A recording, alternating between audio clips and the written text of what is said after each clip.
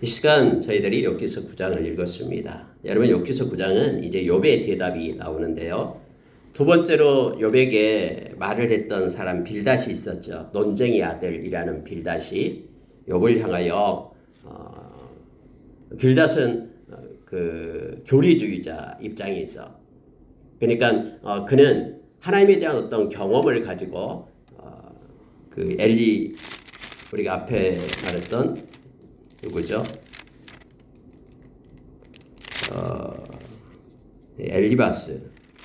엘리바스가 가장 연장자였는데 엘리바스는 자기가 하나님께 받았던 체험을 가지고 또 하나님이 주신 그런 음성을 가지고 뿐만 아니라 기존에 가지고 있던 그런 전통적인 지혜관을 가지고 욥을 책망을 했죠. 돌아오라라고. 빨리 죄에서 떠나라라고 말했는데 빌닷도 역시 마찬가지로 논쟁의 아들이었던 빌닷이 그는 다른 것이 아닌 그 조상의 전통 이 그전부터 내려왔던 그러한 신앙의 전통을 가지고 욥에게 그렇게 권면했던 내용이 바로 8장이었습니다. 그 기존은 엘리바스와 동일했었죠. 근데 우리가 잘 알고 있었던 그 8장의 내용들은 우리에게 적용을 하면 너무나 큰 은혜 가운데 우리가 있게 된다고 그랬죠. 특히 8장 7절에 우리가 잘 알고 있는 내 시작은 미아가였으나 내 나중은 침이 창대하리라. 내가 기도하고 하나님께 회개하고 하나님께로 돌아온다면 지금 너의 이렇게 고통 중에 있는 너의 이 연약한 모습이 하나님은 바꾸어서 너를 창대케 할 것이다. 너의 나중은 창대할 테니 빨리 돌아오라라고 그렇게 얘기를 합니다. 그러면서 여러분 특히 빌닷이 했던 말 중에요. 20절, 21절 8장에 보면은 하나님은 순전한 사람을 버리지 아니하시고 악한 자를 붙들어주지 아니하시므로 웃음을 네 입에 즐거운 소리를 내 입술에 채우시리니 하면서 이제 하나님께로 돌아오기 원하면은 이제 너 입에 하나님께서는 웃음을 주실 것이다. 그리고 너 입술에 즐거운 소리를 회복시켜 주실 것이고 하나님은 순전한 사람을 절대로 버리지 않으니까 하나님께로 돌아오라. 그리고 하나님은 끝까지 악인들을 붙들어 주지 않고 공의로우신 하나님께서는 심판하시니까 하면서 이 빌닷이 욥에게 그렇게 말을 했죠. 기존의 엘리바스와 똑같습니다만은 여기에 대해서 이제 욥이 오늘 9장에서 대답을 하는 거예요. 근데 여러분 욥이 어떻게 대답하는가 한번 보시기 바랍니다. 2절에 보면은 이렇게 됩니다. 진실로 내가 이 일이 그러한 줄을 알거니와 인생이 어찌 하나님 앞에 의로우라. 여러분 욥은 인정을 해요. 빌닷의 말을 그렇게 말합니다. 어떻게 인생이 하나님 앞에 의로운 인생이 어디 있겠느냐. 모든 인간은 다 쇳덩어리인데 아무리 내가 하나님 앞에 온전하고 하나님이 그렇게 하나님 앞에 정직한다고 하고 하나님을 경외하고 악에서 떠난 자라라고 그렇게 내가 열심히 노력을 하고 그렇게 행하지만 어찌 모든 인생이 그 거룩하신 하나님 앞에서 의롭겠느냐 하고 여러분 욥은 빌닷의 말을 그렇게 인정을 합니다.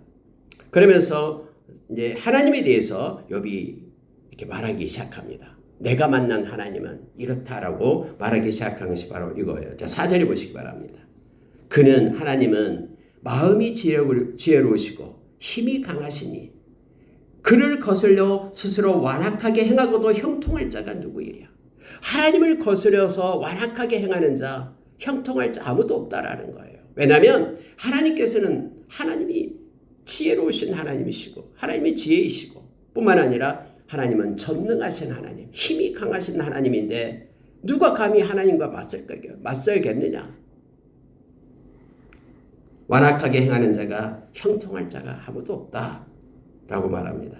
하나님은 진노하시면 산을 무너뜨리고 산을 옮기시고 하나님께서는 이 땅에 자리를 움직이시고 기둥을 흔들리시고 하나님은 해를 명령해서 뜨지 못하게도 하시고 별들을 가두시는 그래서 낮에는 별들을 가두어 보이지 않게 하고 해를 움직여서 밤에는 뜨지 않게끔 하고 이 모든 우주 질서도 하나님이 행하신다. 라고 지금 욥이 말하고 있는 거예요. 그 놀라우신 그 능력의 하나님 앞에 누가 감히 하나님을 대항하고 또 하나님 앞에 악을 행하면서 하나님을 대적할 자가 누가 있겠느냐 하면서 빌닷의 그런 원칙론적인 그런 얘기에 대해서는 응답을 하고 동의를 합니다. 근데 이 말씀을 해요. 욥을 통해서 우리에게 들려주신 말씀도 10절입니다. 보십시오. 측량할 수 없는 큰 일을, 셀 수 없는 기이한 일을 행하시느니라. 하나님은 측량할 수 없는 우리의 사고를 뛰어넘는 우리의 마음의 마음을 갖다 뛰어넘는 그 놀라운 세계에서 일어날 수 있는 측량할 수 없는 그러한 기이한 일을 행하시는 분이 하나님이시다 라고 욥이 말하고 있습니다. 셀 수 없는 기이한 일, 측량할 수 없는 큰 일, 그 일을 하나님이 행하시고 계신다. 그러니까 여러분, 욥은 욥이 보는 하나님에 대해서 지금 우리가 9장에서 처음으로 우리가 보게 되는데요. 욥이 생각하는 그런 하나님을 성경은 이렇게 기록하고 하나님이 이런 분이다라고 우리를 가르칩니다. 그런데 다음에 욥기서 37장 38, 39, 40, 41장이 4장에 걸쳐서 하나님이 하나님 자신을 이제 나타내고 드러내십니다.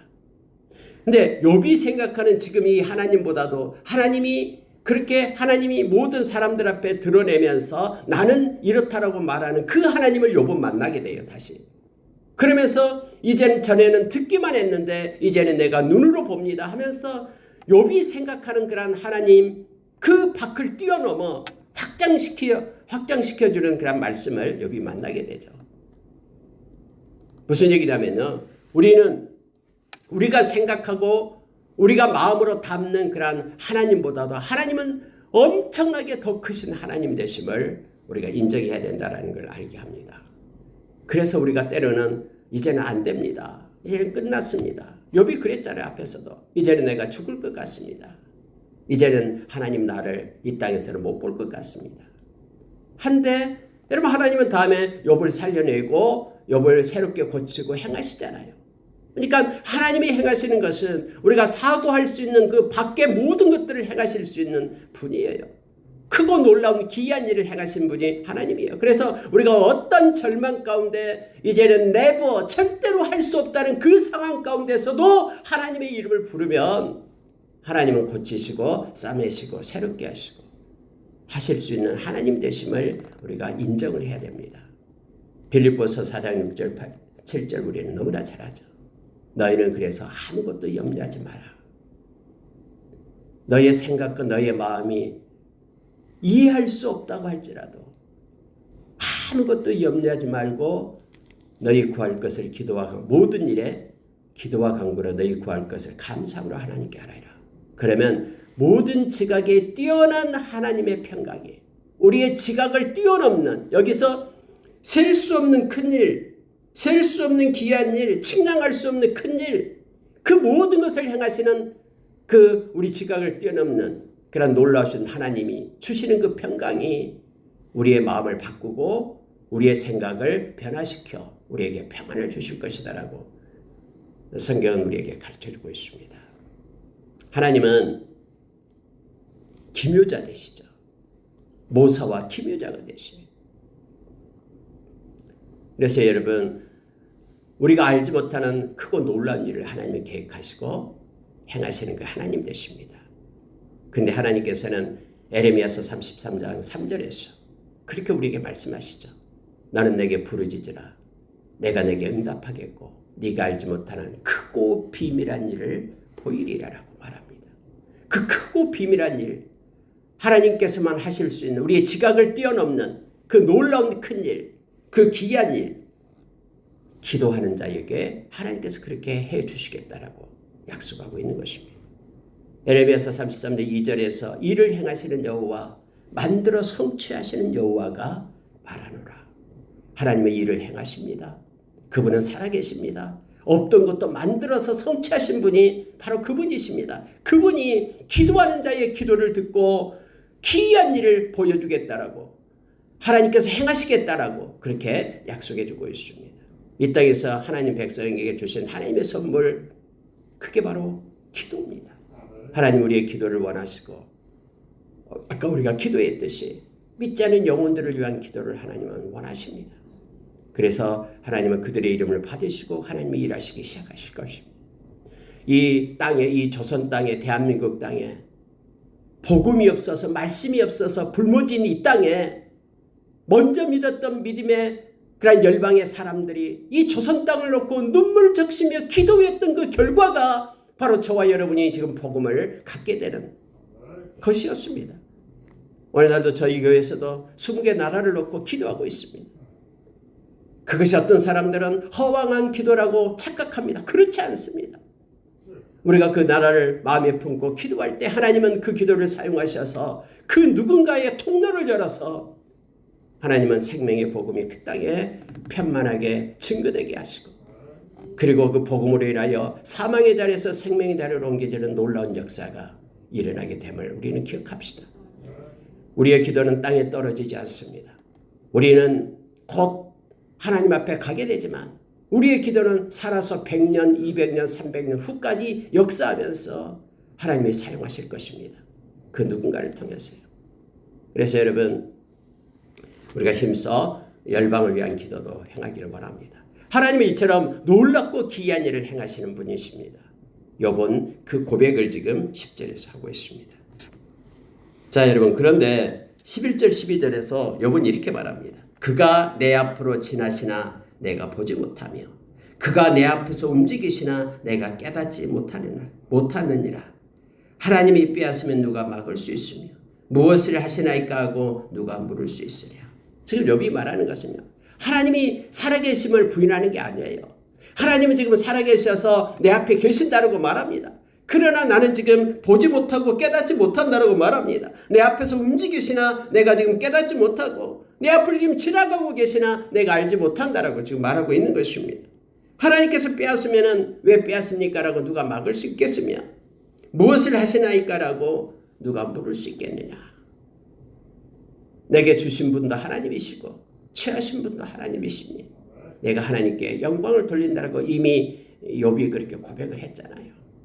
그러니까 욥이 지금 하나님 앞에 엎드려서 지금 하나님 앞에 지금 이렇게 탄원하고 토설하고 하나님 앞에 엎드려 기도하는 내용이 뭐냐면 하나님이 살아계시지 않기 때문에 그걸 보여달라는 그런 기도가 아니죠. 하나님이 지금 일하시고 계시는데 내가 지금 깨달을 수 없기 때문에, 내가 지금 보지 못하기 때문에, 왜 이런 일이 일어나는지 내 마음이 지금 깨닫지 못하기 때문에, 하나님이 침묵하고 계시기 때문에, 하나님은 일하시고 계시지만은 내가 지금 알지 못하기 때문에, 하나님과의 단절된 이러한 상태 때문에 하나님 앞에 고통스러워하면서 하나님 앞에 지금 울부짖고 있는 거예요. 여러분, 우리가 어쩔 때 기도할 때도 기도가 응답되지 않고 답답하고 힘든 거 있잖아요. 어쩔 때는 기도하면은 그때그때 하나님께서 응답해 주시고 그렇게 삶 가운데 보여주시고 행하셨던 하나님께서 어떨 때는 아무리 기도해도 응답되지 않고 침묵하시는 하나님을 만날 수 있습니다. 근데 여러분, 그때를 돌파해야 됩니다. 그때 주저앉으면 안 됩니다. 그때 기도해도 안 되네 하면서 떠나면 안 됩니다. 기도는 하나님께서 응답해 주실 때까지 기도하는 것입니다. 하나님께서 이제 그만해라, 내가 알았다 라고 그런 마음의 깨달음을 주시면은, 그렇게 응답을 주시면 이제 그때 멈추는 거예요. 그러나 하나님께서 침묵하고 계실 때에는 끝까지 하나님 앞에 살아계신 하나님을 기대하며 하나님의 때를 기다리며 기도해 나가는 것입니다. 하나님께서는 살아계셔서 하나님의 때는 정확하게 우리에게 보여주시고 나타납니다. 아직 때가 되지 않았기 때문에 하나님은 침묵하시고요. 더 기도하라라고, 우리가 기도할 때 우리의 영성이 깊어지고 기도할 때 하나님으로부터 힘을 얻고 하나님 그러한 믿음이 성숙하게 되고 그러한 것을 하나님이 원하시기 때문에 기도하라라고 지금 하나님이 침묵하고 계시는 것입니다. 하나님의 때가 될 때까지 우리가 믿음의 열정을 가지고 기도의 용사로 그렇게 세워지기를 원합니다. 여러분 14절 한번 보십시오. 하물며 내가 감히 대답하겠으며 그 앞에서 무슨 말을 택하랴. 가령 내가 의로울지라도 대답하지 못하겠고 나를 심판하실 그에게 간구할 뿐이며 가령 내가 그를 부름으로 그가 내게 대답하셨을지라도 내 음성을 들으셨다고 내가 믿지 아니하리라. 여러분 이게 무슨 뜻이냐면요. 하나님은 절대 주권을 가지신 하나님이신데 내가 설사 의롭다 할지라도 하나님께서 내가 악하다 그러면은 내가 어떻게 하나님 앞에 대답할 수 있겠느냐. 이건 그 얘기예요. 나를 심판하실 그에게 나는 간구할 뿐이다. 하나님 앞에 나는 기도할 뿐이다 라고 말하고 있는 것이에요. 여러분 욥은 이걸 알고 있었어요. 욥은 하나님의 백성에게 하나님께서 기도할 수 있는 특권을 주신 것을 알고 있었어요. 그래서 포장하지 않고 자기 마음을 솔직하게 하나님 앞에 이렇게 쏟아놓는 거예요. 내가 아무리 의롭다고 여긴다 할지라도 하나님께서 의롭다 하지 않으면은 내가 무슨 말을 할 수 있겠는가? 나는 단지 그래서 하나님 앞에 간구할 뿐이다라고 내 마음을 하나님 앞에 쏟아놓을 뿐이다라고 하나님 내가 뭐 때문에 지금 이러한 상황 가운데 있습니까? 깨닫게 해주십시오. 여러분 우리가 이제 회개 기도할 때도 그렇잖아요. 우리가 회개 기도합시다라고 하면은 마음이 동의하지 않는 것까지도 막 때로는 기도하잖아요. 근데 여러분 이 깨달음이 없으면은 진짜로 기도할 수가 없잖아요. 무슨 얘기냐면요. 아니 내가 죄를 진짜 졌다라고 하나님 말씀에 거울에 비춰서 내가 진짜 맞습니다. 내가 이런 죄를 졌습니다라고 하나님 말씀에 내가 동의하고 내가 죄인임을 그렇게 하나님 앞에 고백을 해야지 이게 맞잖아요. 그래야지만이 하나님의 예수님의 그 보혈로 인하여 내 죄가 사해짐을 믿고 그렇기 때문에 감사가 일어나고 그러죠. 근데 내 마음이 내가 죄인이라는 것을 동의하지 않는 가운데서 앵무새처럼 내가 회개한다고 하면 그게 회개가 되겠습니까? 근데 여러분 우리 마음을 깨닫게 하시는 분이 누구냐면 바로 성령님이셔요. 성령님이 죄에 대해서 의에 대해서 심판에 대해서 우리를 알게 하고 우리를 깨닫게 하시는 분이 그분이거든요. 그래서 성령님께서 우리의 마음을 만지고 우리의 기도 가운데 개입해 주셔서 알게 하실 때 우리는 그걸 가지고 진심으로 인정하면서 예수님의 보혈을 힘입고 회개를 하는 거잖아요. 지금 욥이 여러분 많은 지금 사람들 친구들은 네가 죄인이다. 네가 그렇기 때문에 하나님이 이렇게 벌하는 거 아니냐. 공의로우신 하나님이 뭐 그냥 의미 없이 심심해서 널 그렇게 한 줄로 아느냐 하면서 그를 책망하는데요. 도저히 욥은 마음 가운데 깨달음이 없는 거예요. 내가 진짜 죄인이다라는 것을 느끼지 못한다라는 거예요. 내가 아무리 의로울지라도 하나님이 나를 이렇게 하신다 그러면은 내가 어떻게 하나님 앞에 반박할 수 있겠느냐. 그러나 나는 하나님 앞에 간구할 뿐이다라고 지금 말하고 있습니다.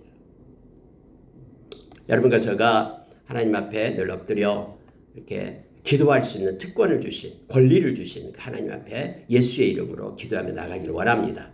어떤 상황이라도 우리는 기도할 수 있습니다.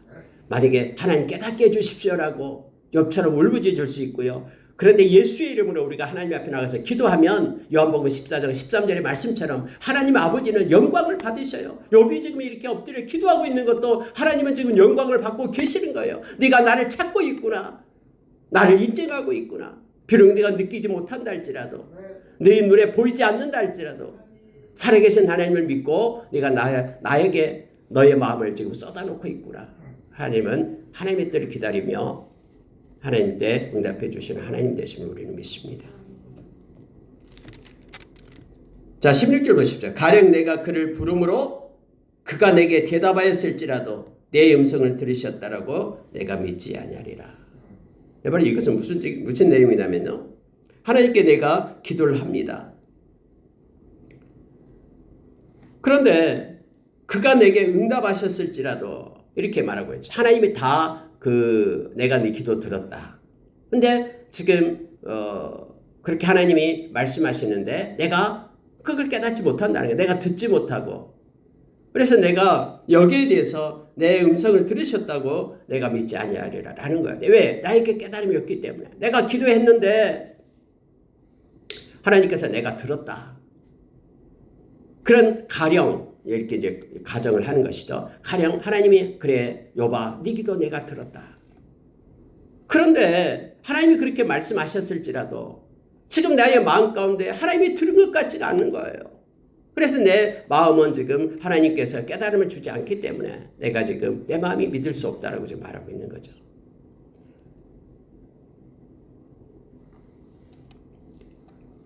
여러분 지금 욥의 그 마음의 상태를 욥은 지금 말하고 있습니다. 왜냐하면 내가 왜 하나님이 내 기도를 들었다는 것을 믿을 수 없냐면 하면서 17절에 이렇게 말해요. 그가 하나님이 폭풍으로 나를 치시고 까닭없이 내 상처를 깊게 하시며 나를 숨쉬지 못하게 하시며 괴로움을 내게 채우시는구나. 이것 때문에요.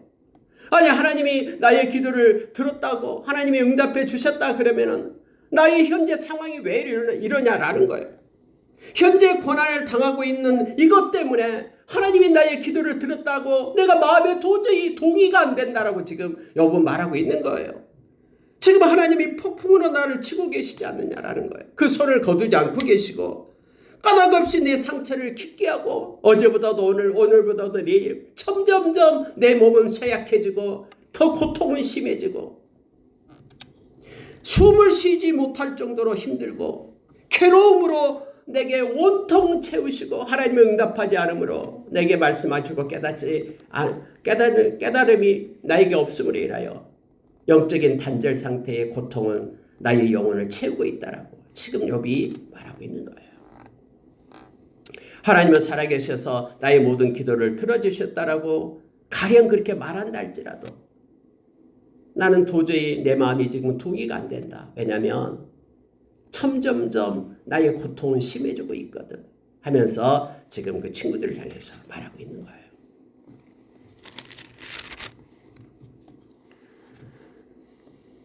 자 여러분 욥이 이제 친구들을 향해서 말하는 것 중에 20절 21절 보면 이렇게 되어 있어요. 가령 하면서 말합니다. 가령 내가 의로울지라도 내 입이 나를 정죄하리니 가령 내가 온전할지라도 나를 정죄하시리라. 내가 온전하다마는 내가 나를 돌아보지 아니하고 내 생명을 천히 여기는구나.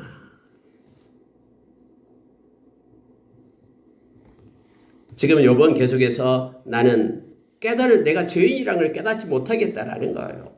내가 어떤 죄를 지어서 이런 일을 받는지 못하겠고 그래서 내가 의로울지라도 내가 내 상황을 보니까 내 자신을 정죄하고 내가 온전할지라도 내 자신을 내가 정죄하리라.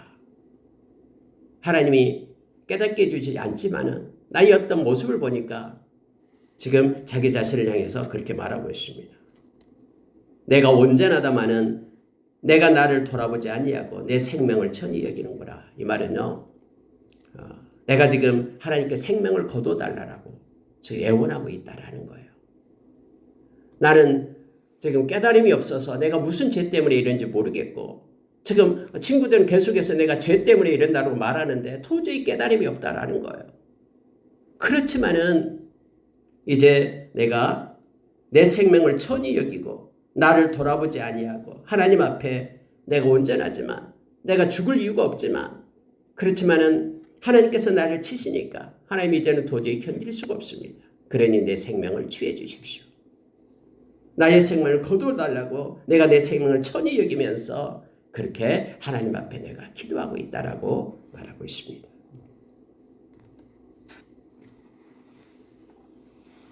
하나님께서는 선한 자나 온전한 자나 악한 자나 멸망시키신다. 내가 이렇게 지금 고백한다라는 거예요.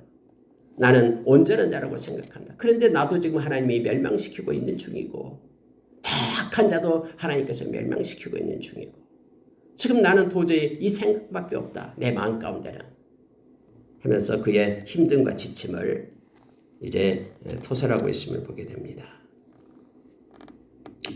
24절 보니까요. 세상이 악인의 손에 넘어갔고 재판관의 얼굴도 가려졌나니 그렇게 되게 한 이가 그가 아니시면 누구랴. 내가 세상을 보니까는 욥은 말하고 있는 거예요. 악한 자의 손에 넘어갔어요. 근데 이걸 심판하실 하나님께서는 얼굴을 가리고 계셔요. 근데 이렇게 모든 일을 이끌고 역사의 수리받기를 구르고 계시는 이가 하나님이시다라는 거예요. 그가 아니시면 누구냐라고 말하면서 하나님의 절대 주권을 인정합니다.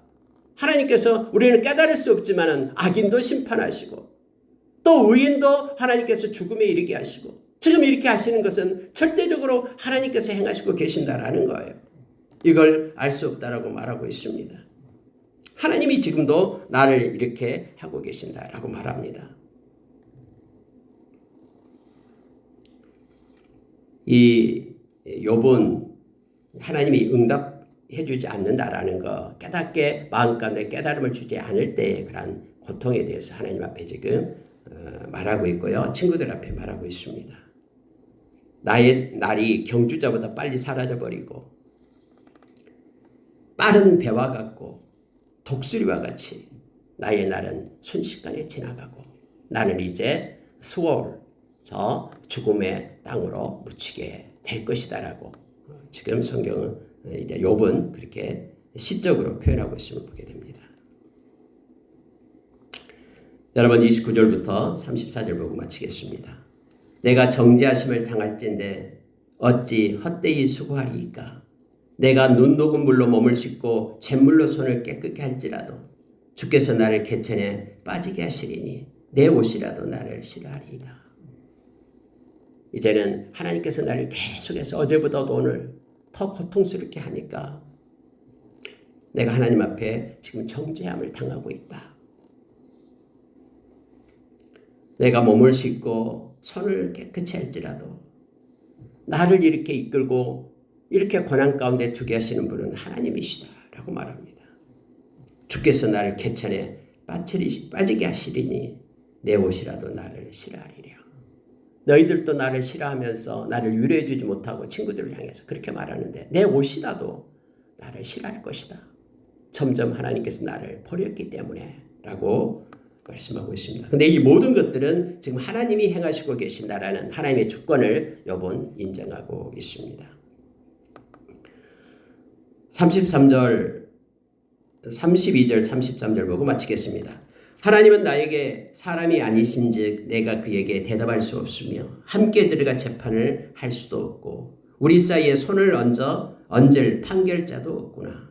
주께서 그의 막대기를 내게서 떠나게 하시고 그의 위엄이 나를 두렵게 하지 아니하시기를 원하노라. 이렇게 말합니다. 그러면서 10장으로 자기 영혼을 향해서 자기 영혼의 상태를 나타내는 것으로 10장으로 연결이 됩니다. 여러분에게서 놀라운 거 하나를 이제 성경에 이렇게 말해주고 있는데요.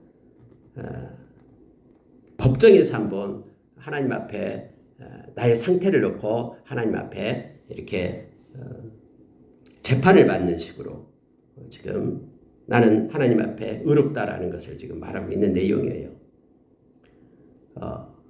하나님은 사람이 아니기 때문에 하나님이 사람이라면은 하나님 앞에 따져 묻고 싶다라는 거예요. 하나님 내가 왜 이런 고난을 받아야 되는지. 근데 하나님은 사람이 아니고 영이시니까 내가 하나님께 아무리 물어도 하나님은 대답하지 않고 실체는 보이지 않고 그리고 재판관에 들어가서 함께 재판을 한번 받았으면 좋겠다라는 거예요. 나의 지금 받는 이 고난이 어떤 죄의 결과인지 어떤 것 때문에 내가 이런 고난을 받고 있는지 재판 자리에 서서 재판을 받고 싶다라고 말합니다. 근데 하나님은 사람이 아니기 때문에 하나님 뭐 같이 재판장에 가서 재판을 받을 수 없다라고 지금 말하고 있는 것이죠. 그리고 하나님과 나 사이에 손을 얹어서 판결할 자, 진짜 욥이 말이 맞는지 하나님이 지금 행하시고 있는 일이 맞는지 그걸 판결할 자가 있었으면 좋겠다고 하는데 판결할 자가 없어요. 하나님 위에 누가 하나님을 판결하고 또 욥을 판결한 하나님과 욥 사이에 누가 판결해 주겠습니까? 이 중재자가 중보자를 기대하는데 중보자가 어디 있습니까? 하나님께서 이 나에게 드려진 막대기 이 두려움을 떠나게 해줬으면 좋겠다라고 지금 마지막으로 고백을 하고 있는 것을 보게 됩니다. 근데 여러분 하나님과 저와 여러분 사이에는 중보자가 계셔요. 그 중보자가 바로 우리 주님이셔요. 욥이 구약에는 중보자가 없었어요. 그래서 욥이 말하기를 하나님과 이 욥 사이에 내가 지금 죄를 짓는 것이 없는 것 같는데 하나님은 침묵하고 계시고 누가 맞는지 좀 판결자가 있었으면 좋겠다라고 말하는데요. 저와 하나님의 사이에는 우리 주님이 중보자로 오셨어요. 그래서 우리 주님이 중보를 해줍니다. 참소자가 있어요. 악한 사탄은 참소자예요. 악한 사탄은 하나님을 향하여 이 사람은 이런 나쁜 짓 하고 이 사람은 혼자 있을 때 이런 생각을 하고 이런 탐욕적이고 이런 일을 했습니다. 막 계속해서 하나님 앞에 참소해요. 여기 사탄이 하나님 앞에서 그런 것처럼. 근데요 예수님은 하나님께 우리를 중보해줘요. 맞아요. 그런 일을 했으면 그러나 내가 내 보혈로 그가 회개했잖아요. 내가 그 피값, 내 그 죄값은 내 피로 감당했잖아요. 아버지 그를 용서해 주세요 해서 중보자가 계세요. 하나님 우편에 서서 우리를 중보하고 계신 우리 주님을 우리가 기억하기를 원합니다. 그래서 우리가 말씀의 거리에 비쳐 인정하고 하나님 앞에 회개하면 우리의 모든 죄가 사해진 이유가 뭐냐면 예수님의 보혈 때문에 그래요. 예수님이 보혈로 우리의 죄값을 지불했다라고 예수님은 끊임없이 우리를 위하여 중보하고 계셔요. 그 좋으신 우리 주님을 만나기를 원합니다. 근데 욥은 이 중보자가 없다라고 자기를 신원해 줄, 그리고 여러분 저와 여러분에게 보혜사 성령님을 주셨다고 했잖아요. 이 성령님은 우리의 증인이에요.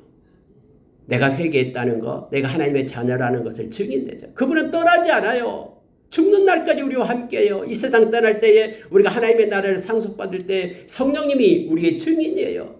그래서 예수님과 함께 하나님 나라를 상속받게끔 성령님께서 그렇게 인도해 주셔요. 로마서 8장 15절 이하에서 우리에게 가르쳐주고 있죠. 말씀을 마치겠습니다. 여러분 오늘 욥의 그런 그 빌닷의 말에 대한 응답은 하나님의 주권을 인정하는, 그러나 하나님께서 지금 일하시고 계시는데 살아계시는데 나에게는 지금 왜 이런지, 나에게 내가 알지 못하고 깨닫지 못함에 대한 하나님 앞에 엎드려서 간구하고 거기에 대해서 하나님 앞에 울부짖고 있는 욥의 모습을 보게 됩니다. 그러나 이때가 지나면 하나님은 반드시 욥에게 나타납니다. 여러분과 저도 기도하는 거 멈추지 말고 돌파 기도를 하시면서 끝까지 하나님 앞에 나가길 원합니다. 하나님은 살아계시고 우리 기도를 다 듣고 계십니다. 성령님 우리를 도우시고 또 예수님께서 중보자 되어 주셔서 하나님과 우리를 화목하게 하시는 분이 예수님 되십니다. 오늘 하루도 우리 주님과 동행하며 성령의 인도하심을 받는 저와 여러분 되기를 원합니다. 기도하겠습니다.